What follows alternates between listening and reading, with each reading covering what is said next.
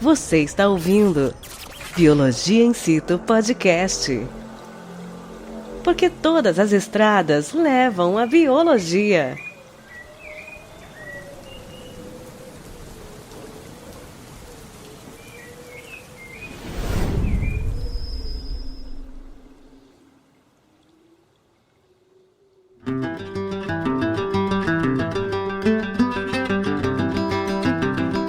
Olá, meu ouvinte, tudo bem? Voltando aqui com mais um episódio do Biologia in Situ Podcast, porque todas as estradas levam à biologia.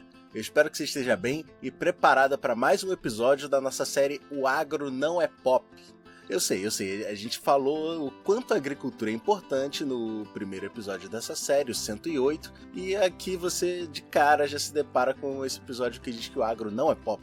Mas calma que tudo tem uma razão de ser, e ainda bem que o Vitor tá comigo pra segurar essa bronca de hoje, né, Vitor? Fala aí, meu ouvinte, tudo bem? E é isso aí, eu tô aqui pra ajudar a segurar essa bronca. Deixar bem claro que a gente não é hipócrita, né? E lembrar que nem tudo que a gente precisa falar cabe em um único episódio. Tanto que nosso podcast já tá no 110, né, Ricardo? Mas enfim, o que a gente tá querendo dizer é que esse aqui é apenas o nome da nossa série e que por trás da parte boa, da realidade, né, a gente tem muitas facetas aí. E já já a gente conta tudo isso pra vocês, mas por hora vamos voltar pro nosso tema.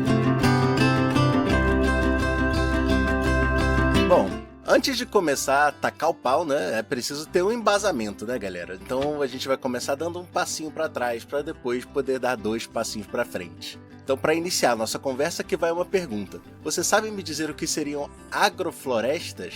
Tempo! Epa, calma aí, ô Luciano Huck. Já vai começar colocando pressão no pessoal?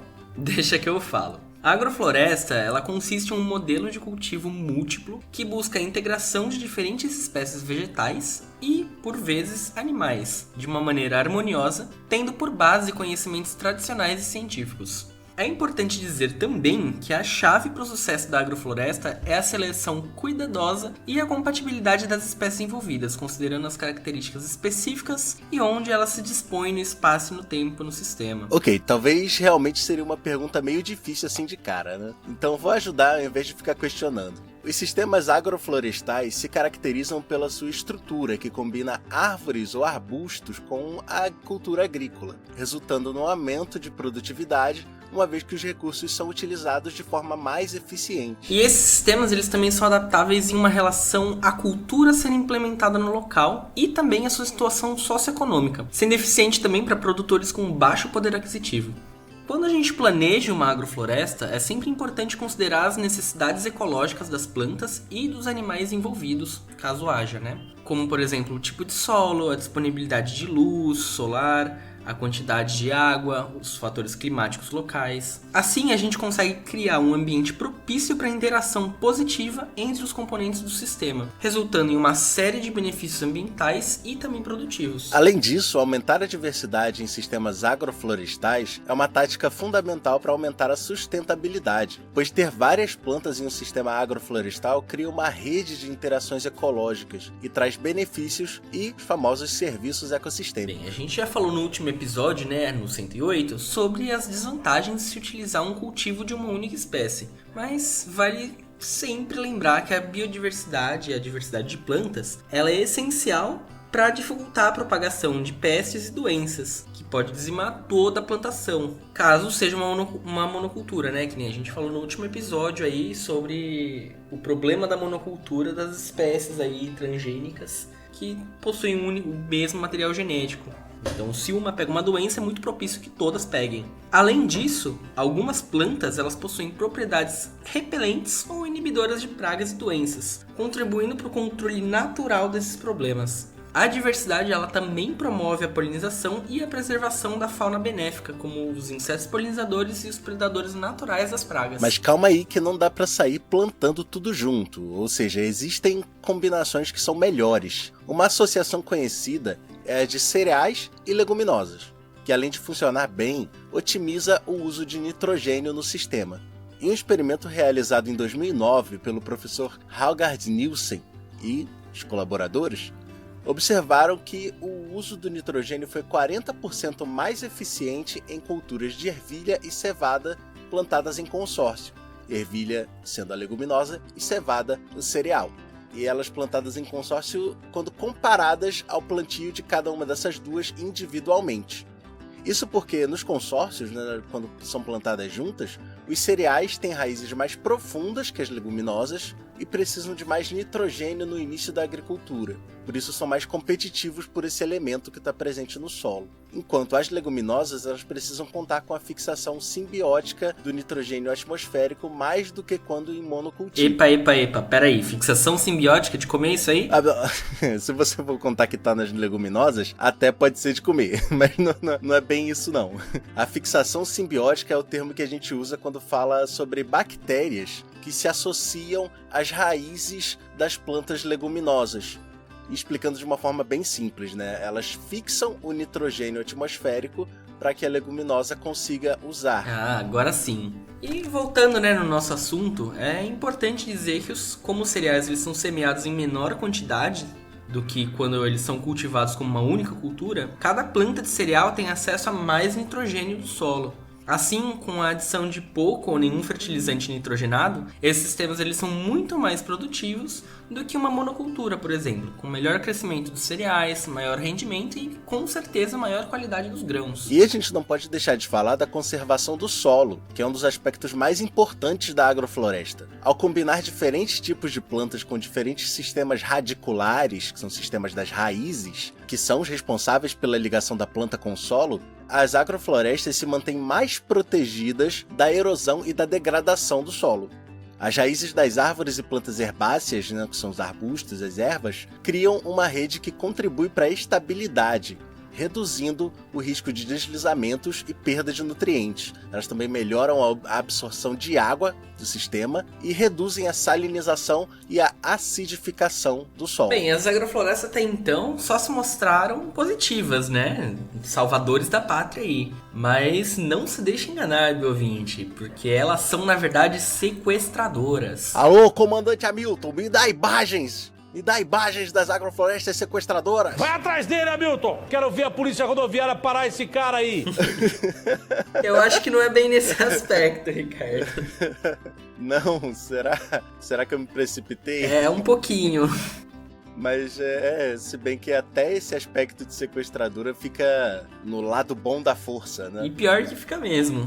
Deixando a guerra do universo de lado, né? Elas são sequestradoras, sim, mas de carbono. Ah, o carbono merece ser sequestrado. É isso que você tá dizendo, né, Vitor? De certo. O carbono tava vestindo uma roupinha curta e ele mereceu. É isso que você tá dizendo. Não, Ricardo, não é bem assim. Através da fotossíntese, as árvores elas absorvem o dióxido de carbono da atmosfera, né, o CO2, e armazenam em sua biomassa e no solo.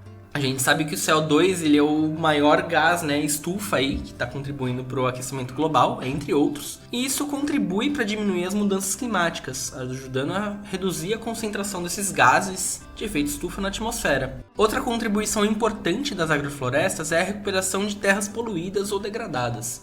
Esses sistemas conseguem melhorar a qualidade do solo e a sua capacidade de retenção de água, tornando-os mais adequados para o cultivo. Além disso, as árvores e a vegetação ajudam a filtrar e purificar a água que está ali no solo, contribuindo para a melhoria da qualidade da água em regiões afetadas pela poluição. Inclusive, tem gente usando, né, plantio de agrofloresta e até mesmo que a galera tem usado para recuperação de área degradada aí, de poluente químico, é cogumelo. Muito cogumelo. A galera tem plantado fungo, shimeji, shiitake, para ajudar a recuperar essas áreas. O problema de plantar cogumelo é que depois vem os Smurfs e fazem casa neles. Mas aí é outra interação, né, de espécie. Além dos Smurfs, as espécies podem coexistir também quando uma facilita a sobrevivência da outra, fornecendo recursos ou melhorando condições ambientais. E quando se combinam os saberes tradicionais com conhecimentos científicos, a agrofloresta se apresenta como uma forma eficiente e sustentável de produção agrícola, que promove a conservação dos recursos naturais, a biodiversidade e a resiliência do sistema. Esse modelo agrícola oferece uma alternativa viável e promissora para enfrentar os desafios da agricultura moderna e caminhar em direção a uma produção de alimentos mais equilibrada e em harmonia com o meio ambiente. Segundo Ana Primavesi, uma importantíssima pesquisadora na área da agroecologia, abre aspas, para promover a agricultura orgânica, é necessário trabalhar em 6 principais pontos básicos: a agregação do solo, a cobertura do solo, a promoção da biodiversidade, o aumento do sistema radicular, manter a saúde vegetal pelo equilíbrio de nutrientes e a proteção dos cultivos contra os ventos. Fecha aspas. Todos esses 6 eixos eles são contemplados pelo cultivo agroflorestal. A abundância de matéria orgânica promove a agregação do solo, a diversidade de espécies promove a variabilidade genética, a inserção de árvores no sistema melhora o sistema radicular, como o Ricardo já tinha falado, as interações ecológicas entre as espécies vegetais e animais mantêm a saúde dos indivíduos, e as árvores servem como barreiras naturais para os ventos. Em relação à segurança alimentar, as agroflorestas fornecem uma variedade de produtos alimentícios, incluindo frutas, legumes, grãos, castanhas e outros alimentos, contribuindo para a diversificação da dieta e o acesso a alimentos saudáveis. Esses sistemas podem oferecer oportunidades de renda e sustento para as agricultoras, que podem comercializar produtos agrícolas, madeiras, fibras e outros recursos provenientes da agrofloresta, menos os Smurfs. Bem, a gente tá aqui falando, hablando e de pontos importantes, parece que eles nunca acabam, né? Bem, galera, essa é a beleza da biologia. A gente pensa que a gente vê tudo de um ponto de vista muito micro, né? Mas na verdade é bem o contrário, tudo deve ser avaliado pelo macro. Voltando a falar, né, das agroflorestas e falando um pouco a respeito da sucessão ecológica, que nada mais é do que o desenvolvimento de um ecossistema regulado pela interação ecológica entre todos os componentes do sistema, tendo como rumo um equilíbrio e a estabilidade que a gente está falando aí desde o começo do episódio. Trata-se de um processo gradual de mudança da composição e estrutura de uma comunidade biológica ao longo do tempo. Isso se refere às alterações sequenciais que ocorrem em um ecossistema, levando à substituição de espécies em uma determinada área ao longo de diferentes estágios do desenvolvimento. E como será que isso ocorre? Quem toma o lugar de quem? Então, vai depender de algumas variáveis. A resposta é sempre essa, né? É a resposta coringa de biólogo, depende. Tem aquela velha máxima da biologia, né? Que nada faz sentido a não ser pela luz do depende. Sim. Bem, a sucessão ecológica, ela ocorre em resposta a perturbações ou mudanças ambientais, como incêndios, inundações, desmatamentos e por aí vai. Ela também pode acontecer no caso de uma criação de um novo ambiente, como a gente tem observado aí no caso de algumas ilhas vulcânicas oceânicas que têm aparecido nas últimas décadas. Essas perturbações elas podem remover ou alterar significativamente a comunidade que já existia ali, tanto de plantas como de animais, mas principalmente de plantas, e isso vai criar novas oportunidades para que novas espécies se estabeleçam e colonizem a área. E olha a seleção natural aí, minha gente! Ou artificial, caso seja a gente que cause, né? E desculpem aí se eu estourei o volume no ouvido de vocês, mas eu não podia perder essa chance. Enfim, existem 2 tipos principais de sucessão ecológica, a primária e a secundária. A sucessão primária ocorre em áreas onde não há histórico de comunidades biológicas anteriores, como em rochas expostas, em dunas ou áreas formadas após o recuo de geleiras. Nesses casos, a sucessão começa do zero, com a colonização de organismos pioneiros como os líquens e os musgos, que gradualmente vão modificando aí o ambiente e preparando o terreno para estabelecer plantas maiores, como gramíneas ou arbustos. Ao longo do tempo, a sucessão primária leva ao desenvolvimento de uma comunidade mais complexa, como uma floresta, por exemplo. Já a sucessão secundária, ela ocorre em áreas que foram anteriormente ocupadas por comunidades biológicas, mas que por algum motivo sofreram perturbações que resultaram em remoção parcial ou total da vegetação. Isso pode incluir as áreas afetadas por incêndios florestais, desmatamento, agricultura abandonada, mineração, áreas com impacto ambiental, barragem... Agora sim. Olha a seleção artificial aí, gente! Perdão, Vitor, pode continuar. Como eu estava dizendo, nesses casos, os propágulos, que seriam as células que se desprendem das plantas adultas para dar origem a uma nova, e as sementes também de plantas que estão presentes ali no solo ou nas áreas vizinhas que não sofreram essa degradação, podem permitir a recolonização rápida da área que foi perturbada e degradada. A sucessão secundária geralmente ela ocorre muito mais rápido do que a primária, porque os recursos eles já estão disponíveis ali no ambiente. Então não vai rolar toda aquela sucessão de espécies e troca de espécies que o Ricardo está falando. É muito diferente da gente ter uma rocha crua, que vai primeiro precisar vir um musgo ali ou um líquen para transformar aquela rocha em terra, para vir uma briófita, até chegar na árvore. Acho que vocês entenderam o que eu tô querendo dizer. Por isso, ao planejar um sistema agroflorestal, deve-se considerar o princípio da sucessão ecológica. As espécies arbóreas são selecionadas para servir como a estrutura principal do sistema, desempenhando o papel de espécies pioneiras e favorecendo a instalação de outras espécies. Essas árvores podem ter diferentes características, como a fixação de nitrogênio no solo, produção de sombra, ciclagem de nutrientes e quebra-vento. À medida que o sistema agroflorestal se desenvolve, ocorre uma sucessão ecológica gradual. E é isso aí mesmo. As espécies pioneiras, elas estabelecem as condições iniciais, do nosso sistema, promovendo a melhoria da qualidade do solo e criando um microclima favorável para as outras plantas. Com o tempo, outras espécies agrícolas, como hortaliças, frutas, ervas e grãos, são incorporadas nesse sistema, aproveitando a proteção e os recursos que são fornecidos pelas árvores. À medida que o sistema agroflorestal amadurece, as espécies arbóreas de estágio médio e tardio são introduzidas, trazendo uma maior diversidade e complexidade para o sistema. Essas árvores elas podem fornecer colheitas de madeira, frutas, oleaginosas, mel e diversos outros produtos aí para o produtor agrícola. A interação entre as diferentes espécies no sistema agroflorestal promove essa sucessão ecológica funcional, onde ocorre a substituição gradual de uma espécie e a formação de uma comunidade estável e equilibrada aí. Finalmente, a gente chegou aí nessa formação equilibrada. Chegamos na famosa sucessão de sucessos que se sucedem sem cessar. Mas a estrutura vertical do sistema agroflorestal, com diferentes níveis de cobertura, formada pelas copas das árvores, proporcionada pelas árvores, cria espaços para diferentes espécies ocuparem e viverem. Isso promove a diversidade e a abundância de animais, como insetos polinizadores, pássaros, predadores naturais das pragas, e isso contribui para o equilíbrio ecológico daquele sistema. Portanto, os sistemas agroflorestais estão ligados à sucessão ecológica, buscando imitar os padrões naturais de desenvolvimento dos ecossistemas. Eles favorecem a criação de comunidades complexas e resilientes, promovendo a conservação do solo, a ciclagem dos nutrientes, a captura de carbono, a segurança alimentar, ao mesmo tempo que reduzem os impactos ambientais negativos da agricultura convencional.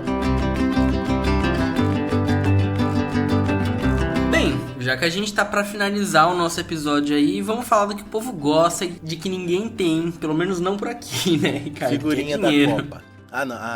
Tá. Eu tô em outra vibe. Ainda não estamos nessa vibe, infelizmente.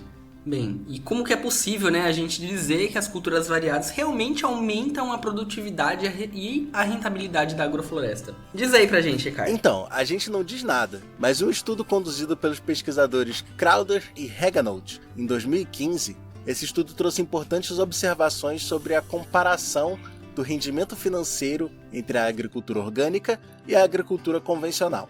Por meio de uma meta-análise de 55 culturas em 5 continentes, os resultados revelaram que a agricultura orgânica apresentou uma vantagem significativa em termos de lucratividade. Se é para falar a linguagem deles, Vitor? O pessoal só entende tudo pelo dinheiro? Vamos por esse lado. Conforme o estudo, a agricultura orgânica foi considerada entre 22% a 35% mais lucrativa em comparação com a agricultura convencional. Além disso, a relação custo-benefício na agricultura orgânica foi estimada em 20% a 24% maior em relação à agricultura convencional. Vale ressaltar que os custos totais entre os dois sistemas não apresentaram diferenças significativas, ou seja, custo para se aplicar praticamente o mesmo, porém a lucratividade e o custo-benefício muito maior para a agricultura orgânica, que é essa que a gente está falando dos sistemas agroflorestais, em relação à monocultura, à agricultura convencional. Infelizmente, Ricardo, um dos principais motivos aí que isso não é implementado, a agricultura orgânica, principalmente por meio de agroflorestas, é a facilidade do manejo, né? Infelizmente, a agricultura convencional aí que a gente conhece, a gente sabe que existe todo um maquinário aí, uma indústria que veio para facilitar o agricultor, né? Imagina conseguir passar um trator dentro de uma agrofloresta, você não consegue. Se você faz uma agrofloresta, como é que a Caterpillar vai vender trator? Não vai, né?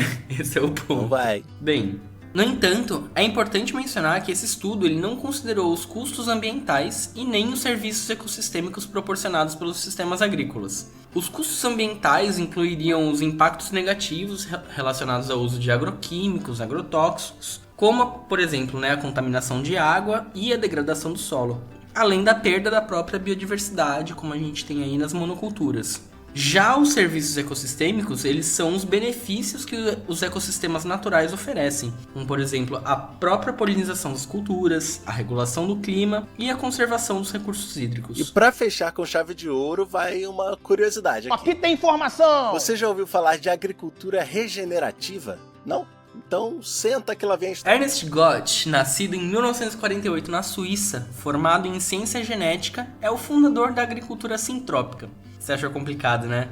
Mas a gente vai tentar esclarecer isso aí um pouquinho. A sintropia, que remete à física, é a capacidade que um sistema ele tem de acumular energia conforme a sua complexidade. Dessa forma, a agricultura sintrópica visa tornar o sistema agrícola mais complexo e com mais energia acumulada, como por exemplo é o das agroflorestas. O Gott, então, ele se muda para o Brasil em 1982, mais especificamente para Piraí do Norte, na Bahia, onde ele aplica o seu método de agricultura regenerativa. Ao chegar em uma fazenda, ele percebe que quase todos os 510 hectares da propriedade tinham sido desmatados e o solo estava degradado pelo plantio intenso de monoculturas. Em menos de 2 anos, gente, o Ernest ele reflorestou toda a área e recuperou riachos assoreados da região, abrindo valas nos seus cursos originais e plantando árvores ao redor. Ou seja, ele conseguiu, dar um up aí em todo o ecossistema da região. Se pensar como o Ernest era atrapalhado com as coisas, lembrando dos filmes dele, é o de bater palma mesmo. E aí eu não sei quem mais, as outras 2 pessoas que ouviram isso pegaram a referência dos filmes do Ernest que passavam no SBT. Tamo junto. Este é Ernest, um cara criativo. Por engano, é levado para um lugar nada agradável. Vai para o corredor da morte. Estão falando da cadeira, da elétrica. Mas o Ernest que o Vitor tá falando, ele também afirma que aumentou em cerca de 70% a precipitação, o líquido que se acumula na atmosfera local, a chuva, que é uma grande mudança no microclima, 70% a mais de chuva. Ele também se opõe à Revolução Verde, que foi um conjunto de transformações de mecanização do campo, com o uso de adubos químicos, sementes transgênicas, etc. Porém, apesar de trazer muitas inovações tecnológicas, a Revolução Verde também causou muitos impactos negativos. Para o Gott, é um modelo com balanço energético negativo, pois consome mais calorias do que produz. Em contraposição a essa Revolução Verde, ele defende a agricultura sintrópica ou a agricultura sucessional. Bom, Vitor, a gente falou hoje muito de agroflorestas, uma metodologia aí, que parece ser muito interessante para a agricultura, só que a gente ainda tem mais um episódio dessa série do Agro Não é Pop, né? A gente tem sim mais um episódio, que inclusive a gente vai falar aí, só um pequeno spoiler, a gente vai falar aí sobre a Revolução Verde aí, que a gente tá falando, essa revolução agrícola, o que ela trouxe aí de impactos positivos e negativos, e de um órgão aí que muita gente não gosta, que tá presente aí no nosso grande Brasil, que vocês vão descobrir aí daqui a 15 dias. E assim, pra quem tá acompanhando a gente há mais tempo, se você gostou da nossa minissérie sobre mudanças climáticas, se você gostou da nossa minissérie política no passado, sobre os desmontes que estavam tendo, a minissérie que a gente fez logo antes da eleição de 2022, você vai gostar também desse próximo episódio que termina a série do Agro Não é Pop, porque ele vem com muitas questões sociais. Então fica por aí que o próximo episódio, maravilha. É desses que eu gosto também, por poder reclamar. Outro dia eu tava gravando um outro podcast, eu perguntei pra Cris, que tava junto comigo. Cris, eu vou poder reclamar? Eu vim pra isso. Ela falou, vai poder sim, então maravilha. Mas até lá, a gente se encontra por aqui no feed do podcast, intercalando os podcasts dessa série. A gente tem os BioNews, que trazem aí um formato mais curto, com assuntos pontuais que tenham a ver com biologia. E vocês podem falar com a gente também, pedir assunto que queira que a gente fale, comentar de alguma coisa que não gostou, de alguma coisa que gostou no que a gente falou num dos episódios. Sempre podem falar com a gente pelas nossas redes sociais, no Facebook, LinkedIn e no Instagram, como @biologiaincito, e no Twitter e TikTok como @bioincito. O incito se escreve com INSITU,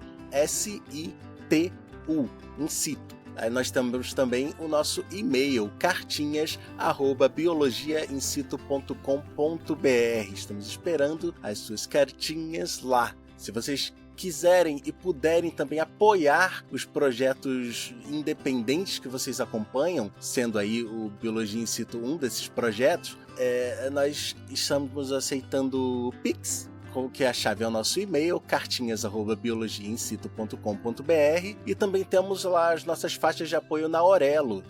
Procurando por Biologia in Situ dentro do aplicativo da Aurelo, você vai nos encontrar e você pode nos apoiar lá com faixas que começam a partir de R$1. Então até o próximo episódio, Bio20. Vitor, muito obrigado por esse episódio de hoje. Obrigado, beijão. Ricardo. Beijão. Até mais, Bio20. Tchau, tchau, gente.